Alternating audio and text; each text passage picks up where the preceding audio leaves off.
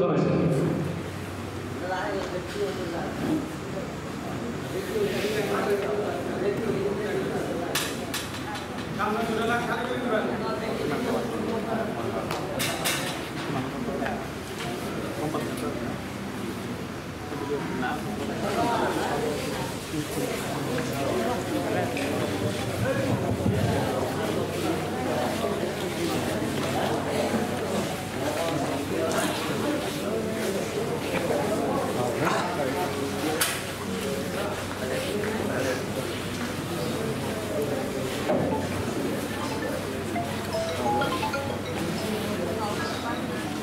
ইয়াতে বহু ন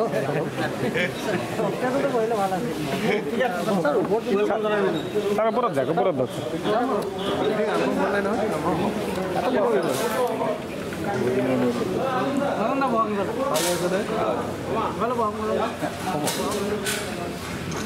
বহক না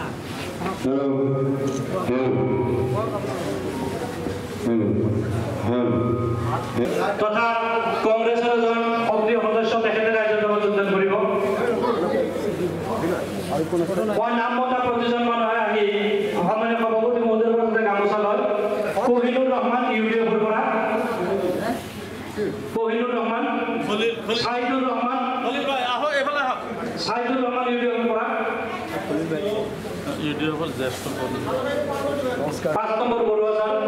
আজগৰ আলী ইউডিএফৰ পৰা কল্যাণ জিপি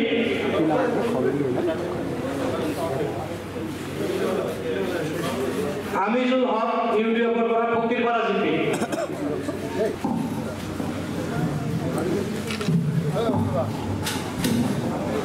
ৰাজ্যসভাৰ শ্ৰদ্ধেয় কৰ্মীবৃন্দ আপোনালোকে অনুগ্ৰহ হাসমত আলী আমিজুল সিদ্দিক আলী আলিমাৰী গাঁও পঞ্চায়তৰ পৰা সিদ্দিক আলী আজিৰ পৰা অসম চৰকাৰে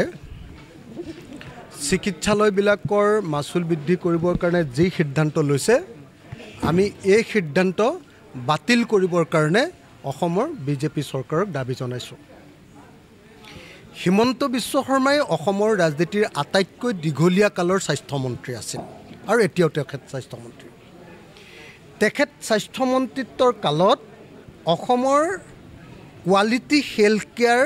ছাৰ্ভিচ একেবাৰে বৃদ্ধি পোৱা নাই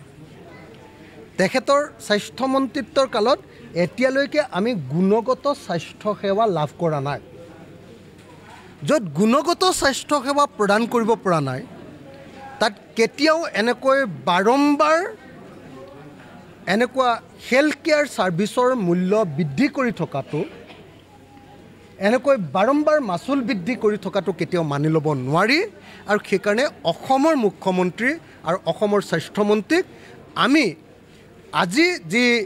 স্বাস্থ্য বিভাগৰ হস্পিটেলবিলাকত যিবিলাকৰ মূল্য বৃদ্ধি ঘটোৱা হৈছে ক'ৰবাত প্ৰৱেশ মাচুল বৃদ্ধি কৰোৱা হৈছে আপোনাৰ টেষ্টৰ মাচুল ব্লাড টেষ্টৰ মাচুল বৃদ্ধি কৰোৱা হৈছে MRI কৰাৰ মাচুল বৃদ্ধি কৰা হৈছে এই আটাইবিলাক যিবিলাক মাচুল বৃদ্ধি কৰা হৈছে এইটোক বন্ধ কৰিবৰ কাৰণে আৰু অসমৰ স্বাস্থ্য সেৱাৰ মান উন্নত কৰিবৰ কাৰণে দাবী উত্থাপন কৰিলোঁ যদিহে অসমৰ মুখ্যমন্ত্ৰী আৰু অসমৰ দীঘলীয়া কালৰ স্বাস্থ্যমন্ত্ৰীজনে এনেকৈ অবৈধভাৱে আৰোপ কৰি দিয়া অসমৰ জনগণৰ ওপৰত আৰোপ কৰি দিয়া এনেকুৱা স্বাস্থ্য সেৱাৰ মাচুল হ্ৰাস নকৰে মাচুল বৃদ্ধি কৰাটো বন্ধ নকৰে তেতিয়াহ'লে সমগ্ৰ অসমৰ ৰাইজক আমি ইয়াৰ বিৰুদ্ধে প্ৰতিবাদ সাব্যস্ত কৰিবৰ কাৰণে আৰু ইয়াৰ বিৰুদ্ধে জনমত গঠন কৰিবৰ কাৰণে আহ্বান জনাইছোঁ মই অসমৰ সংবাদ মাধ্যমক এটা বিষয়ত অত্যন্ত প্ৰশংসা কৰিছোঁ যে যোৱা 3টা দিন ধৰি অসমৰ সংবাদ মাধ্যমে এনেকৈ অসমৰ চিকিৎসালয়বিলাকৰ চিকিৎসা মাচুল বৃদ্ধি কৰাৰ বিৰুদ্ধে প্ৰবল প্ৰতিবাদ তেখেতসকলে গঢ়ি তুলিছে আৰু তেখেতসকলে এটা জনমত তৈয়াৰ কৰিবলৈ মাচুল বৃদ্ধিৰ বিৰুদ্ধে এটা জনমত তৈয়াৰ কৰিবলৈ চেষ্টা কৰিছে গতিকে মই অসমৰ সকলো সংবাদ মাধ্যমকে এই ক্ষেত্ৰত তেখেতসকলক কৃতজ্ঞতা আৰু ধন্যবাদ জ্ঞাপন কৰিছোঁ যি সময়ত অসমৰ সকলো বস্তুৰ দাম বাঢ়িছে যি সময়ত অসমে টেক্স টেৰৰিজিমত থাকিব নোৱাৰা হৈ গৈছে কৰৰ সন্ত্ৰাসত GSTৰ সন্ত্ৰাসত মানুহ জীয়াই থাকিব নোৱাৰা পৰিৱেশ হৈছে অসমৰ মানুহ বাহিৰলৈ ওলালে মটৰচাইকেলখন লৈ বাহিৰলৈ ওলালেই এতিয়া হিমন্ত বিশ্ব শৰ্মাৰ বাহিনীয়ে জাপ মাৰি 10,000 টকা ফাইন কৰে অসমৰ মানুহে পথাৰৰ পৰা ট্ৰেক্টৰখন ৰাস্তালৈ তুলি আনিলে হিমন্ত বাহিনী জঁপিয়াই পৰি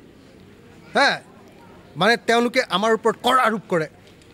যি সময়ত বেটেৰী ৰিক্সা এখনৰ ওপৰত 10,000 টকা 20,000 টকা ইলেক্ট্ৰনিক ৰিক্সা এখনৰ ওপৰত তেওঁলোকে এনেকৈ কৰ আৰোপ কৰে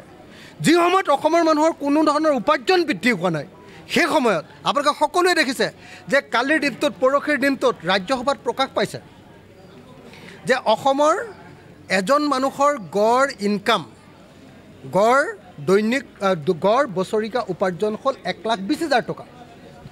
1,20,334 টকা যি সময়ত গোৱাৰ এজন মানুহৰ গড় ইনকাম 5,51,000 টকা সেই সময়ত আমাৰ এজন মানুহৰ এবছৰৰ ইনকাম 1,20,000 টকা আমাৰ অসমীয়া মানুহৰ ইনকামেই নাই আমি গোটেই ভাৰতবৰ্ষৰ 28খন ৰাজ্যৰ ভিতৰত তলফালৰ পৰা 5 নম্বৰ ৰাজ্য আমাৰ অৱস্থা নাই সেই সময়ত আমাৰ ৰাজ্যখনৰ চিকিৎসা মাচুল গোটেই ভাৰতবৰ্ষৰ ভিতৰতে আটাইতকৈ বেছি গতিকে মই এই মুহূৰ্তত অসমৰ চৰকাৰী চিকিৎসালয়ত চলি থকা যি চিকিৎসা মাচুল বৃদ্ধিৰ ঘটনা এই মাচুল বৃদ্ধিৰ ঘটনাক আমি নিন্দা কৰিছোঁ প্ৰতিবাদ কৰিছোঁ আৰু চৰকাৰক অনতিবিলম্বে মাচুল বৃদ্ধি নকৰিবৰ কাৰণে আৰু মাচুল বৃদ্ধিৰ যি সিদ্ধান্ত লোৱা হৈছে তাক বাতিল কৰিবৰ কাৰণে দাবী উত্থাপন কৰোঁ